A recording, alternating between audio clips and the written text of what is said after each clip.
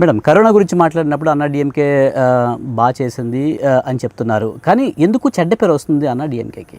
కాదండి, ఫస్ట్ ఇప్పుడు March 23 మనం లాక్డౌన్ చేసాం. అప్పటి నుంచి ఒక 2-3 months మంచి పేరే వచ్చింది. And as time goes on మనకి చాలా స్లోలీ ఏం వర్క్ అవ్వలేదు అనేది, lot of cracks in the system. ఒక కరప్షన్ ఛార్జ్ వచ్చింది, అది ఒక పెద్ద కరప్షన్ ఛార్జ్ వచ్చింది. ఎందుకంటే పీపీఈ కిట్స్లో డబుల్ ప్రైస్ ఇస్తున్నారు అనేది బయట వచ్చింది. సో అది ఒక పెద్ద దెబ్బ. ఓకే, ఈ టైంలో జనాలు ఏం చెప్పేది, ఈ టైంలో జనాలు హెల్త్ గురించి అనుకోకుండా దాంట్లో కూడా కరప్షనా అని opposition just cleaned their situation. Okay, ఇంకోటి ఏడిఎంకే అయితే as a political commentator these are things that I always follow. ADMK అయితే వాళ్ళకి majority voters are women. Okay, MGR గారైనా జయలలిత గారైనా వాళ్ళకి 100% మ్యాసివ్గా మాస్ ఓటింగ్ చేసే వాళ్ళు ఎవరంటే లేడీస్. దట్టు వర్కింగ్ ఫ్యామిలీసు, ఒక middle class, lower middle class working families, దాంట్లో లేడీసు, ఫ్యామిలీ లేడీసు, ఇలాంటి వాళ్ళు.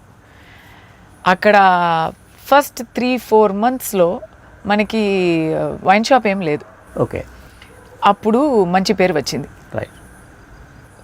కాదు, తమిళనాడులో వైన్ షాప్ లేకుండా మనం గవర్నమెంటే జరపడానికి మనకి వీల్లేదు.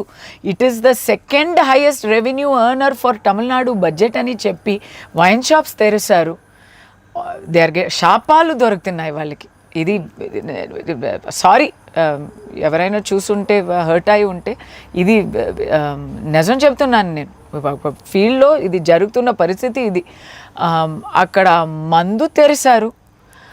అన్ని జనాలకి గవర్నమెంట్ మీద అవనమ్మకం వచ్చింది. కరెక్టా? అపనమ్మకం వచ్చింది. జనాలు ఏమైంది, ఒకరోజు ముందు జనాల ఆరోగ్యం కోసం అన్నీ మూసి ఉన్నాము. నెక్స్ట్ డే ఓకే, జనాల ఆరోగ్యం కన్నా మనకి మందు అమ్మాలి.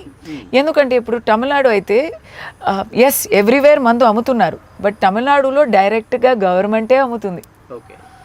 It is not through indirect wine shops కాదు. All shops are TASMAC, they are owned by Tamil Nadu state government.